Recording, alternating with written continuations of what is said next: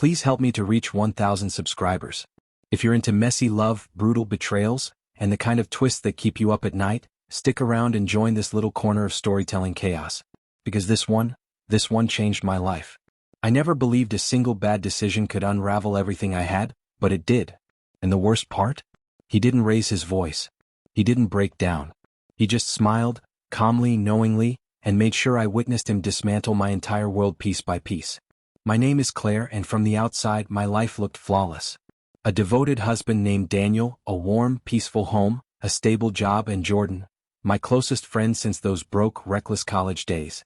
I thought I was content. I didn't realize how suffocating content could feel until it was too late. Daniel was the kind of man people dream of marrying. Gentle, steady, predictable in a comforting way.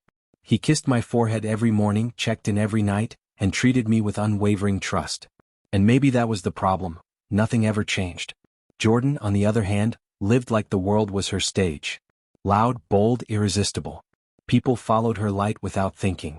Including someone I should have avoided completely, her boyfriend, Mason.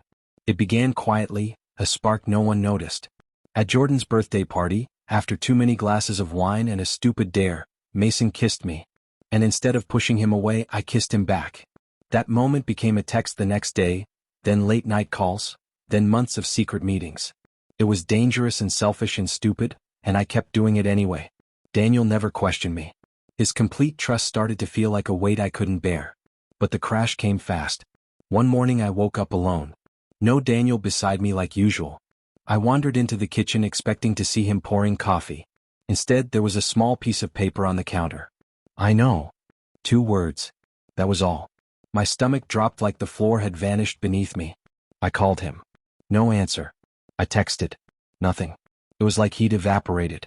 Over the next few days, I learned just how far ahead he'd been thinking. The joint bank account? Emptied. He had transferred everything into his personal savings days before leaving. I had nothing. Our lease? Cancelled. Daniel had already filed the notice. I had 3 weeks before I'd be forced out.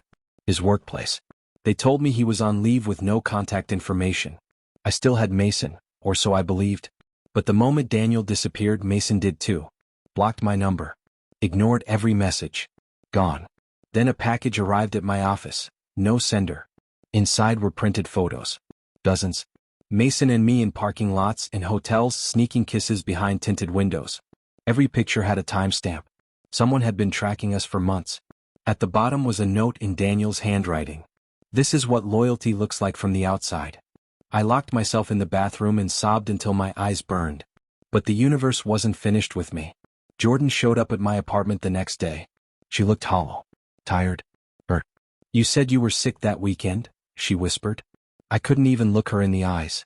I saw the pictures, Claire. She didn't scream. She didn't throw anything.